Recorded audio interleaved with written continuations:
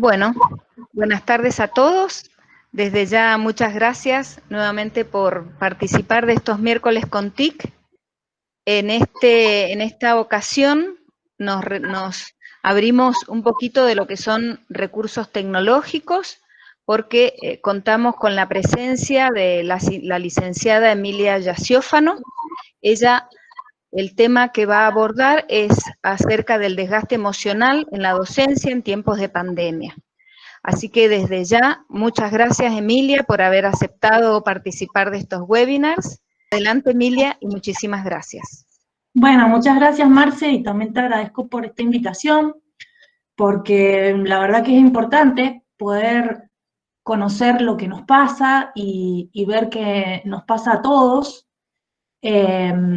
y que esto tiene un nombre y tiene sus consecuencias y también tiene sus factores desencadenantes. Entonces, lo importante es saber por qué nos pasan estas cosas, ¿no? Y bueno, como le dijo Marcia, a mí me gustaría que a medida que yo vaya explicando un poco los conceptos, si hay algo que quieren aportar, como aseverando que, bueno, sí, que pasan estas cosas, o dar ejemplos también de lo que les pasa, es bienvenido. O sea, me gustaría que fuera este tipo de charlas. Entonces, los quiero invitar a que reflexionen sobre estas frases, para ver si les está pasando algo o todo de todo esto, de todas estas frases, como me siento emocionalmente agotado por mi trabajo, me siento cansado al final de la jornada de trabajo, me siento fatigado cuando me levanto y tengo que enfrentarme a otro nuevo día, creo que trato mal a algunas personas, trabajar todo el día con personas ya considero que es un esfuerzo, me siento quemado por mi trabajo, me he vuelto más insensible con la gente, me siento frustrado, creo que estoy trabajando demasiado, últimamente no me preocupa lo que le ocurre a los estudiantes, por ejemplo. Entonces, reflexionen sobre esto y vean si algo están sintiendo.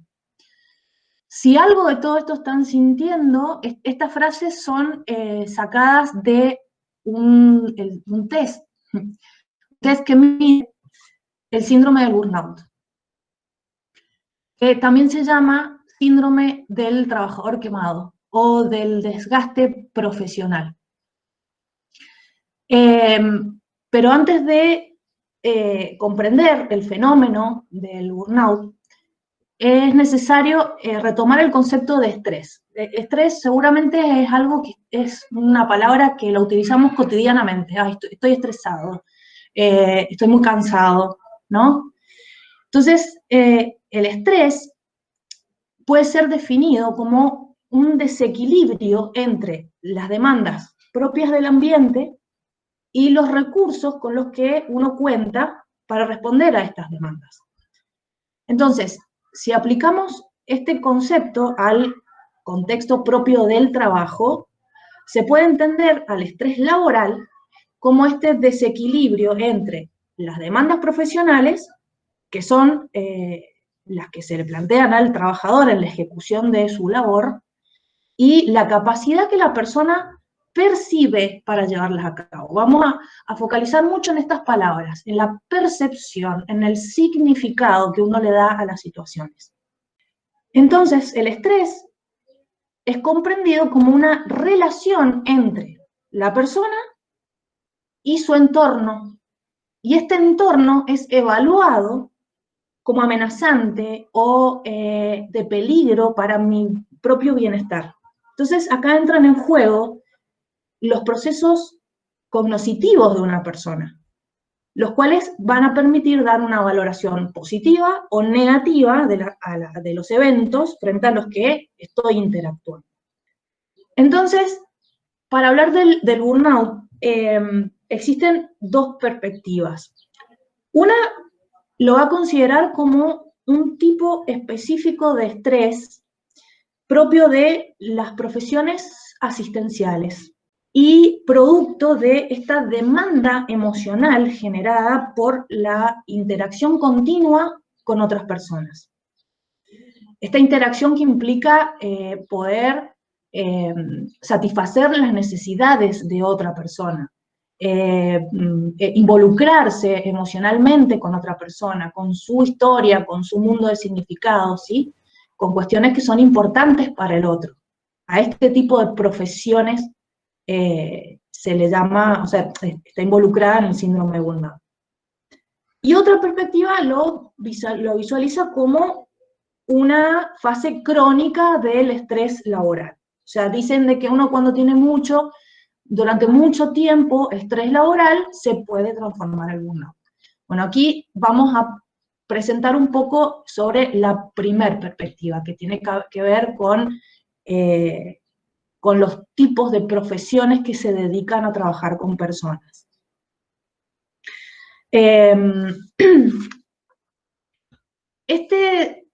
Este síndrome o el término burnout, que significa esto, estar quemado por el trabajo, fue descrito originalmente en el 1974 por Freudenberger, que bueno, es un nombre que siempre me cuesta pronunciar, que observó cómo los profesionales de la salud de una clínica de rehabilitación comenzaban a sentir que el trabajo ya no les gustaba y que empezaban a tener un comportamiento frío y distante con los pacientes.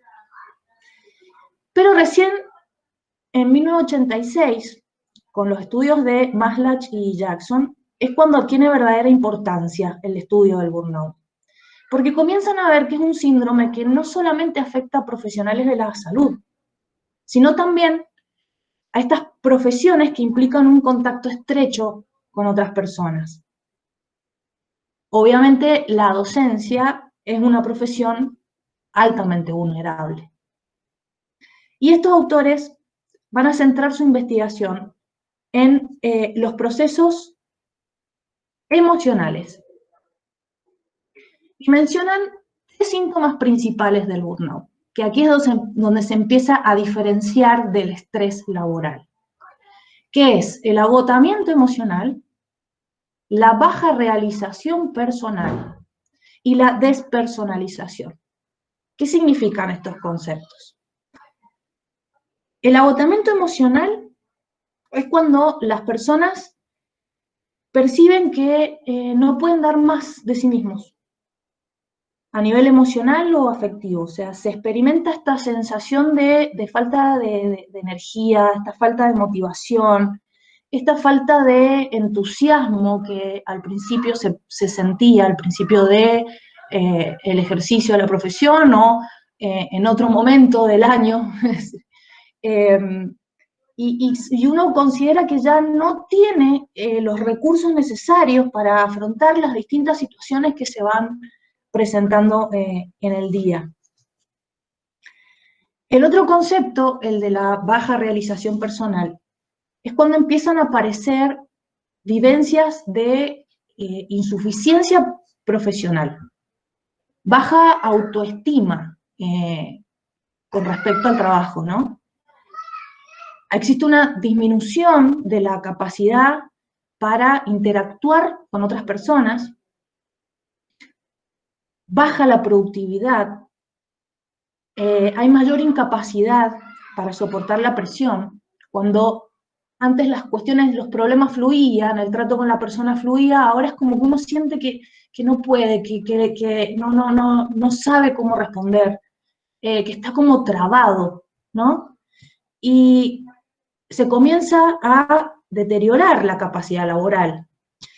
Y se comienza también a perder todo este sentimiento de gratificación personal que antes generaba nuestra profesión y nuestra tarea diaria. Nos sentimos insatisfechos y descontentos con nosotros mismos, con lo que hacemos. Y el otro concepto, el de la despersonalización, que este es como el más importante en el burnout, es lo que mayormente lo diferencia del estrés laboral, que es este desarrollo de sentimientos negativos y actitudes de cinismo hacia las personas destinatarias de nuestro trabajo. Estamos como insensibles y a veces sentimos, en algunos casos hasta, por ahí una palabra fuerte, pero a veces se siente el desprecio hacia el otro. Estamos como más irritables ante la demanda de los otros y comenzamos a sentir esta resistencia a enfrentarse, a atender, a hablar con otras personas. Siempre hablando de los destinatarios de nuestro trabajo, como pueden ser en este caso los estudiantes, nuestros compañeros de trabajo, nuestros jefes de cátedra, todas las personas que tienen que ver en el ambiente laboral. Seguramente se puede traducir a personas de la familia, pero bueno, básicamente hablamos de lo que es el ambiente laboral, ¿no? Pero además de estos síntomas hay un detalle importante, que a pesar de estar exhaustos, necesitamos seguir adelante. Es esta sensación de estar constantemente buscando la satisfacción del logro que teníamos antes y no lo podemos alcanzar. Entonces, hay un psicoanalista especializado en burnout, Cohen, que dice, ¿te sientes quemado cuando has agotado todos tus recursos internos, pero no puedes librarte de la compulsión nerviosa de seguir adelante? Y esto no tiene que ver con las cuestiones que nos exige la institución, por ejemplo, ¿no? Que sí o sí uno para trabajar necesita cumplir con ciertas fechas, con ciertas actividades, con ciertas clases. No estamos hablando de esta responsabilidad que marca un encuadre, sino esta compulsión, como dice él, nerviosa de tener que seguir adelante, de decir, bueno, a lo mejor mañana me sale un poco mejor, o dando esta clase, los chicos, o sea, buscando esta forma, los chicos van a entender un poco más. Y no llegamos al logro. Son sensaciones que justamente, bueno, con estas cuestiones yo los invito a repensarse y analizar estas sensaciones, a ver si algo de esto les está pasando.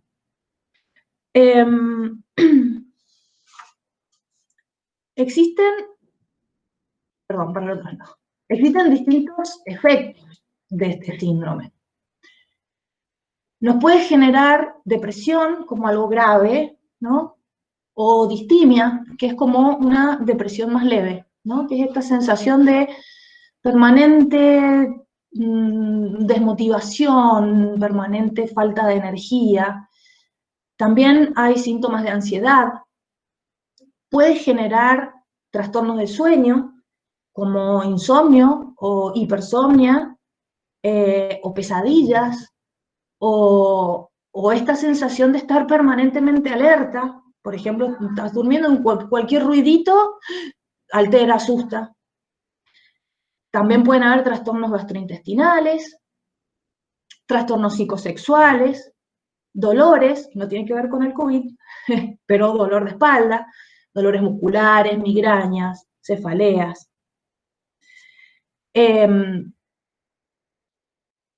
Y están como todo síndrome, las causas desencadenantes, o factores de riesgo también se llaman. Porque hay ciertos factores internos y externos que hacen que una persona sea más o menos vulnerable a sufrir este tipo de síndrome. Como factores externos tenemos como principal el tipo de trabajo.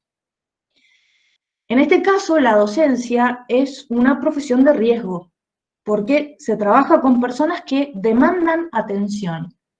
Y además me gustó mucho esta plantilla que encontré cuando dice educar es más que un verbo, es crear, es cuidar, es orientar, fomentar, acompañar, investigar, aprender, experimentar, transmitir, inspirar, motivar. Cuando uno empieza a leer todo eso y en el momento que estamos viviendo, da esa sensación de es mucho, ¿no? Entonces, el docente, además de realizar la labor cotidiana, siente la necesidad de responder a todo esto. ¿Por qué? Porque el burnout es característico justamente de estas profesiones que tienen un alto nivel vocacional, un alto nivel de idealismo. Las expectativas son muy altas también. Entonces, cuando existe este desajuste entre la expectativa que yo tengo de mi profesión y de mi vocación y la realidad, es cuando empieza a provocar esta frustración. También otro factor es la sobrecarga de trabajo. Lo estamos viviendo todos en este momento de pandemia, ¿no? En donde sentimos que trabajamos, no sentimos, o sea, es una realidad, trabajamos más horas, a veces son horas seguidas, a veces se reparten a lo largo del día, dar la clase, grabar videos, responder a los correos, responder al WhatsApp, las reuniones por Zoom, por Meet, por Skype, ¿no? Es como que tenemos que estar atentos a un montón de dispositivos diferentes, a un montón de entradas de información que antes no lo teníamos.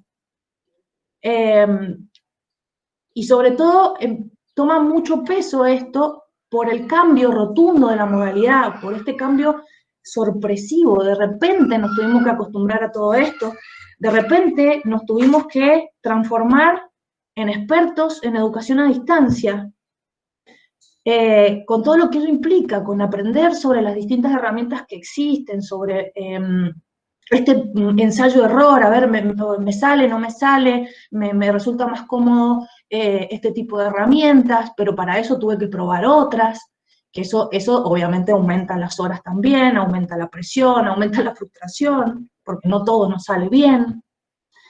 Y también la falta de control.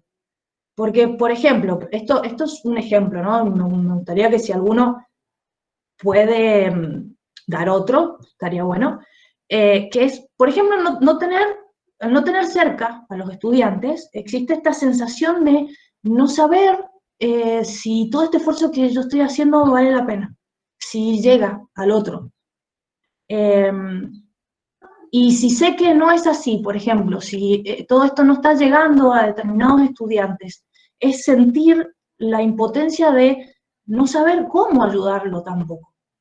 Y tal vez este sea uno de los factores por los cuales generalmente el docente siente la necesidad de estar siempre disponible por todos estos medios que dijimos antes. El correo, ¿sí? El WhatsApp, la videollamada, las plataformas, Meet, Zoom. Eso como factores externos. Y como factores internos, obviamente, las características de personalidad, no todas o sea, hay personas más vulnerables que otras, y esto se debe a la historia de vida personal, a cómo fue afrontando las distintas situaciones problemáticas, cómo fue aprendiendo a afrontarlas, a los propios recursos internos, a los estilos de afrontamiento, por ejemplo, si somos más o menos asertivos, ¿y qué se entiende por asertividad? No es solamente decir lo que siento o transmitir mis opiniones o actitudes o deseos, sino hacerlos en el momento adecuado y sin sentir una ansiedad excesiva. Y de una manera que no afecte a los derechos de los demás. Esa es la asertividad. Otro estilo de afrontamiento tiene que ver con si sabemos o no canalizar las situaciones problemáticas. Y esto tiene que ver, seguramente lo han escuchado, esto de poner límites, es decir, no llevo mis problemas familiares al trabajo o del trabajo a la familia. O sea, poder diferenciar los distintos roles que tenemos en nuestra vida cotidiana y que tanto nos cuesta diferenciar hoy en día en este tiempo de cuarentena y de aislamiento, en donde todo está mezclado. Estamos trabajando y a la vez están atendiendo a sus hijos, o las tareas de la escuela, o a sus padres, ¿sí? Está todo mezclado. Y algo muy importante como factor interno es cómo vemos la situación, cómo analizamos la situación que nos toca vivir. Entonces, ¿qué podemos hacer con todo esto? Seguramente han escuchado o leído a lo largo de todos estos meses sobre factores que intervienen, o sea, que previenen y aminoran el impacto del estrés. Como por ejemplo, ordenarse con los tiempos, poner límites, establecer prioridades, poder ver qué es lo importante, qué es lo urgente, qué puedo dejar para después. Fortalecer y no descuidar los vínculos afectivos, o sea, siempre darse el tiempo para hablar con su familia, para hablar con sus amigos, darse tiempo de ocio, o sea, hacer actividades que nos gustan, realizar actividad física, eso es importante para las consecuencias fisiológicas que tiene el estrés y el burnout, y también lo que es practicar la meditación y las técnicas de respiración. Que son técnicas sumamente importantes para bajar la ansiedad. Yo siempre digo que una buena técnica de respiración es como si fuera una aspirina para el dolor de cabeza, realmente baja el nivel de ansiedad. Que bueno, estas son una de las cosas que se pueden plantear para otra charla, de aprender a respirar y aprender algunas técnicas de meditación y relajación que sirven muchísimo cuando nos sentimos muy abrumados. Pero, además de todas estas técnicas que, como les dije, seguramente se las han dicho y seguramente las han practicado, me gustaría centrarme en estrategias orientadas a la regulación emocional, que su objetivo es provocar un cambio en cómo es percibida y vivida la situación de estrés, regulando de una manera más efectiva las consecuencias emocionales negativas. Y estas técnicas tienen que ver con que depende de cómo pensamos, depende de cómo evaluamos y significamos una situación, es cómo nos sentimos. Entonces, estas técnicas cognitivas se utilizan para cambiar pensamientos, imágenes, pensamientos negativos y reiterativos, y modificar la evaluación errónea o negativa que hacemos de ellos. Entonces, los pensamientos negativos preceden a las emociones igualmente negativas y desajustadas. Entonces, si nos basamos en este concepto, podemos pensar que si somos capaces de controlar este tipo de pensamientos, los niveles de estrés, algunos síntomas del burnout, la ansiedad, se pueden disminuir de una forma importante. Estas son técnicas que podemos empezar a practicar, implican un nivel de esfuerzo y de concientización de lo que estamos haciendo. No son mágicas, porque uno va aprendiendo a hacer esto, pero no está de más empezar. Y, por ejemplo, yo les traigo dos técnicas que me parecen que son importantes y fáciles de realizar. Una se llama la detención del pensamiento. Esto es una buena técnica para detener los pensamientos repetitivos, recurrentes y casi obsesivos que tenemos. Me pareció lindo esta imagen. no sé si ahora que lo vamos hablando, ustedes ya se están imaginando cuáles son estos pensamientos repetitivos y recurrentes que tenemos, ¿no? Entonces, primero lo que podemos hacer es empezar a hacer como este listado de pensamientos estresores, repetitivos, y ordenarlos de menor a mayor. Por ejemplo, no sé si, a ver si se les está ocurriendo alguno, estaría bueno que me digan, como para ir poniendo ejemplos, para que todos entendamos mejor de qué se tratan estas técnicas. O sea, por ejemplo, los que nos decimos todo el tiempo, ay, estoy muy cansada, no tengo ganas, no tengo ganas, no tengo ganas. ¿Sí? Son esas repetitivos y casi obsesivos que estamos teniendo todos los días. Entonces, tratar de escribirlos y expresarlos verbalmente tal cual aparecen en el pensamiento. Una vez que más o menos podemos detectarlos y hacer como un ranking, ¿no? de estas cuestiones que nos repetimos todos los días, podemos definir un estímulo u orden de parada, que se llama. Entonces, puede usarse, no sé, por ejemplo, un ruido fuerte, o una palmada, o una orden, decir, no, basta, stop. Entonces, posteriormente, determinar una tarea distractora. ¿Qué quiere decir esto? Que una vez que detenemos este pensamiento con esta orden, por ejemplo, de no o basta, automáticamente empezamos, por ejemplo, a recordar con todos los detalles posibles una situación que haya sido agradable o un lugar que nos encante. Y no es, por ejemplo, no sé, la playa, no es decir, ay, me imagino la playa, no, es tratar de ver todos los ingredientes de esa imagen, ¿sí? Desde auditivos, sensitivos, emocionales, poder hacer como una pintura exacta de esa imagen. Otra tarea distractora puede ser contar de 100 a 0.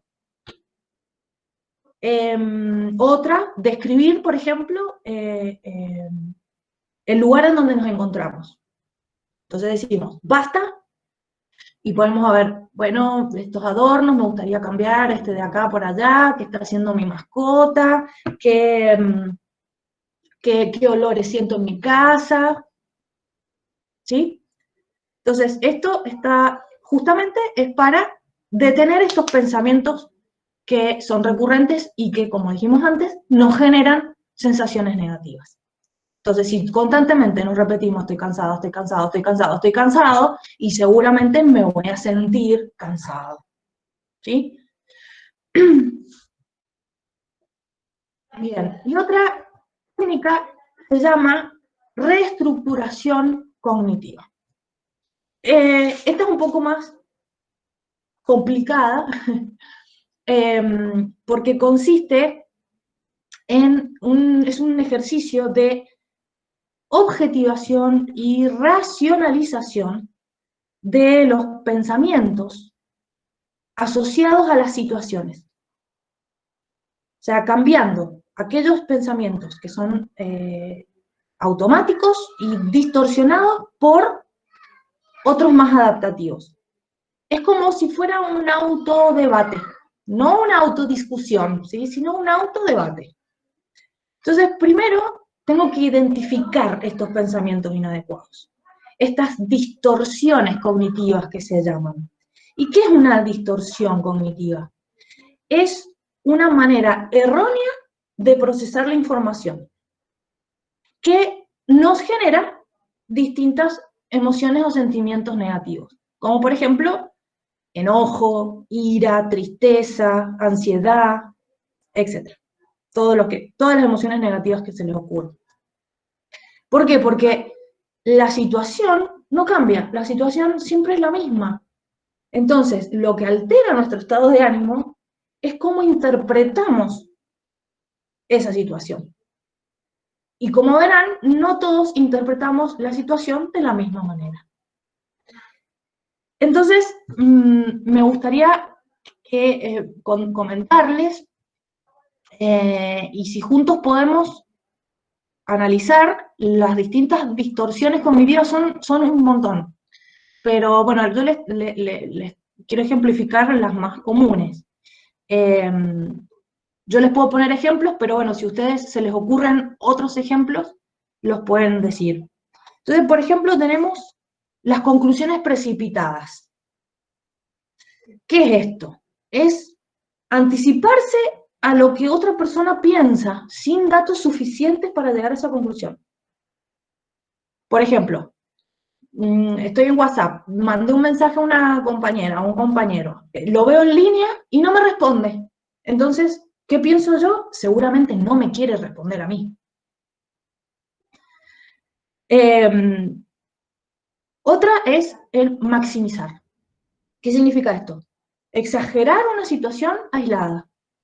Por ejemplo, me cuesta hacer un power, entonces nunca voy a poder hacer esto. La generalizamos. Porque esa vez no me costó, entonces nunca voy a poder. Otra es el minimizar. ¿Qué es esto? Es restar importancia a acontecimientos positivos que nos pasan. O sea, por ejemplo, me propusieron escribir un artículo. Entonces, ¿qué pienso? Seguramente se lo pidieron a muchas personas. ¿Sí? Esto es para llenar espacios, nada más. ¿Sí? No estoy viendo lo positivo de la situación. Otra puede ser la personalización, que es llevar a nuestra persona cualquier cosa que esté pasando. Por ejemplo, en esta etapa de cuarentena, un amigo o una amiga no me llama, no me escribe. Entonces, ¿qué pienso? Seguramente algo le molestó y está enojado o piensa que soy una pesada. Otro es la externalización, que es lo contrario, que es buscar la responsabilidad entera en otra persona o en otra situación.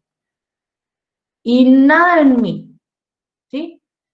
Bueno, si nadie trabaja, entonces yo tampoco trabajo, por ejemplo.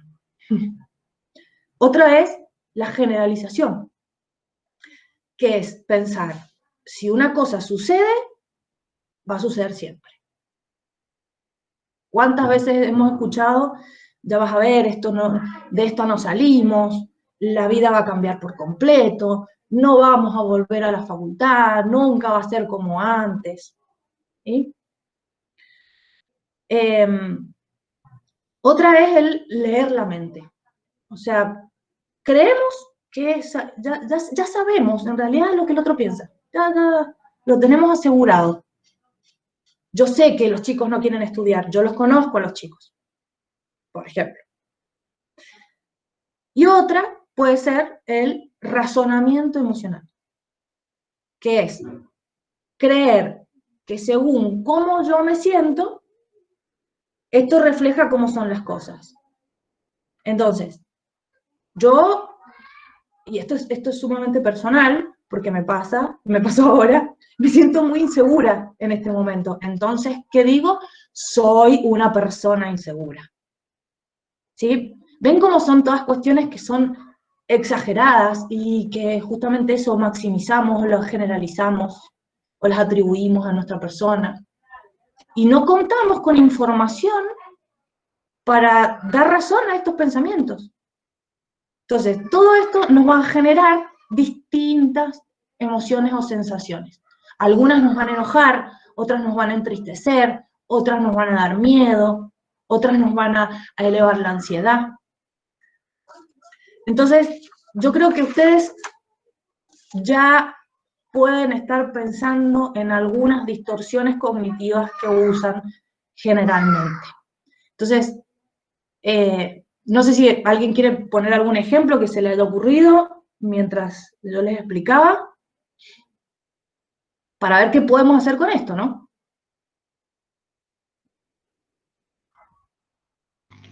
Ahí, si querés, Emi, en el chat, a medida que ibas dando estas opciones o estas estrategias, Sí. fueron surgiendo algunos comentarios, así que si querés te los hago referencia a ellos.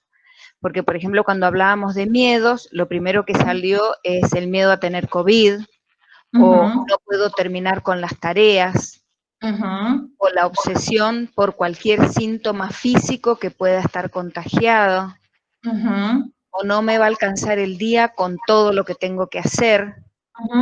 Entonces después cuando decías de tener tareas distractoras, surgieron ejemplos como por ejemplo salir a regar el jardín, ver las plantas, pintar macetas, salir de la pantalla, que es adictiva total, y mirarla a lo lejos, muy lejos. Otra tarea distractora, cocinar algo rico. Y bueno, después Daniel nos decía, en el medioevo, los monjes maduros y experimentados notaban que sus discípulos jóvenes, después de algunos años de disciplina, en algún momento de sus rigurosos ejercicios espirituales, caían en el odio de la profesión. El abate les aconsejaban cosas muy sencillas, como darse un buen y largo baño caliente, comer bien, dormir mucho, y el profeta nos decía que Daniel, y que yo lo hago con éxito. Y también otra profesora nos decía, por ejemplo, también grabar un video por primera vez y creer que no lo vamos a poder hacer bien. Esos son algunos comentarios que habían hecho en el chat. Sí. Con respecto a esas tareas distractoras, no sé si han escuchado hablar de una técnica que está como muy de moda últimamente, que es el mindfulness. Es mucho más complejo de lo que yo les voy a explicar, pero es estar en el momento presente. Entonces, no caer en, por ejemplo, en el ejemplo de salir a regar las plantas, o pintar una maceta, o un cuadro, o cualquier actividad artesanal. Es estar presente en ese momento y poder absorber todas las sensaciones que nos genera eso. Entonces, si estamos regando las plantas, es estar conscientes de que estamos regando esa planta, de el olor a la tierra mojada o el pasto mojado, o ver el color de las flores, o si hay algún bichito en la planta. El tema de las cuestiones artesanales también es estar muy presentes en lo que estamos haciendo, en las sensaciones que tenemos, en la cuestión corporal, si estamos cómodos, si estamos incómodos. ¿Por qué? Porque muchas veces cuando estamos haciendo alguna actividad que nos es cotidiana a veces, los pensamientos empiezan a aparecer, las distorsiones cognitivas igual, o los pensamientos recurrentes. Entonces es hacer el esfuerzo por estar plenamente consciente en esa tarea distractora que nos propusimos hacer. Eso como una aclaración de estas tareas. Entonces, ¿qué podemos hacer con estas distorsiones cognitivas? Es empezar a tener este autodiálogo y preguntarnos, detectarlo y preguntarnos. A ver, esto que yo estoy pensando, ¿qué es? ¿Es un deseo? ¿Es una opinión? ¿Es una exageración?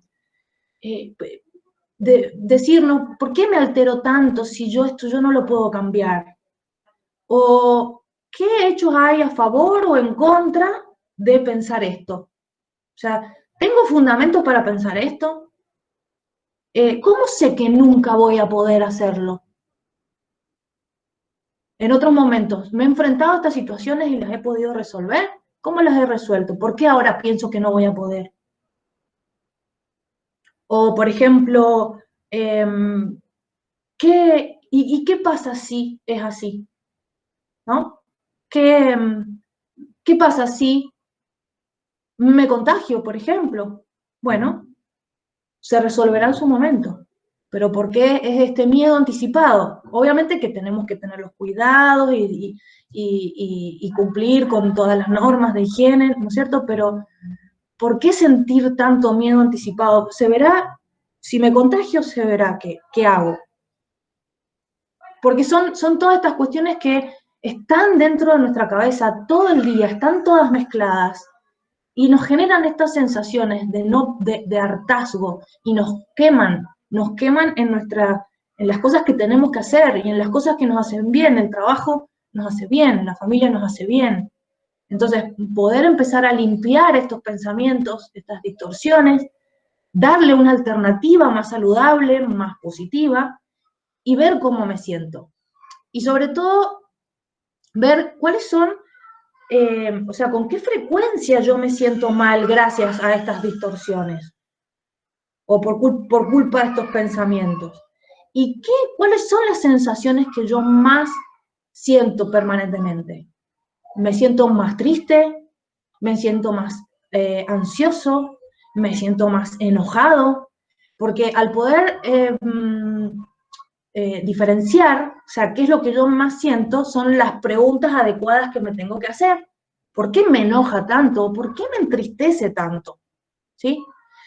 Bien.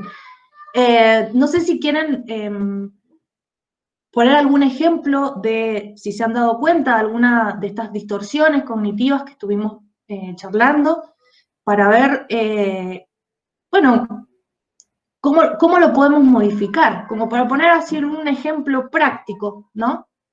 Y ya empezar a practicar este tipo de estrategias o ejercicios.